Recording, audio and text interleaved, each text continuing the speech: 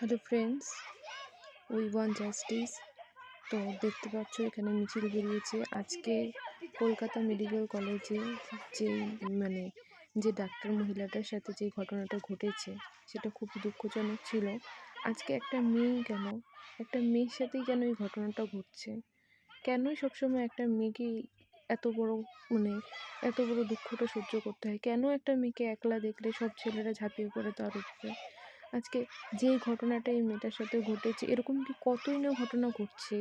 একটা ছোট বাচ্চাকেও কেউ ছাড়ছে না।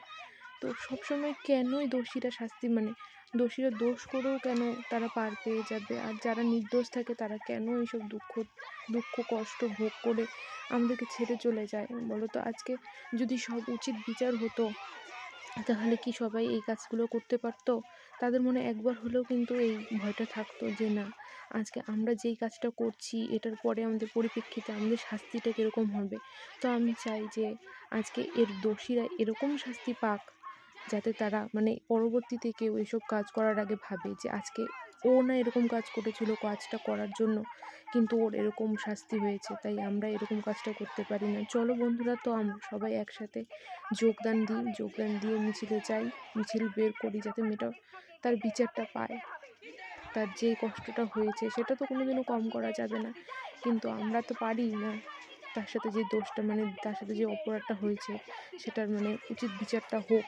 তো সব জায়গাতেই মিছিল বের করছে, আমরাও মিছিলে যাচ্ছি। সবাই মিছিলে যাও, মিছিল বের করো যাতে মেয়েটা তার বিচারটা পায়। তার বাবা মা একটু হলেও শান্তি তো পাবে না জানি, তাও মনে করো যারা এই ঘটনাটা ঘটিয়েছে তাদেরকে দেখে তাদের কষ্টটা যদি ভোগ করে তার বাবা মার একটু হলেও সাথে শান্তিটা পায় যে আমার মেয়ের সাথে আজকে যে ঘটনাটা ঘটেছে তার দোষীরা উচিত বিচার পেয়েছে। সবাই মিছিলে এগিয়ে যাও, উই ওয়ান্ট জাস্টিস, মেয়েটার যাতে বিচার হয়।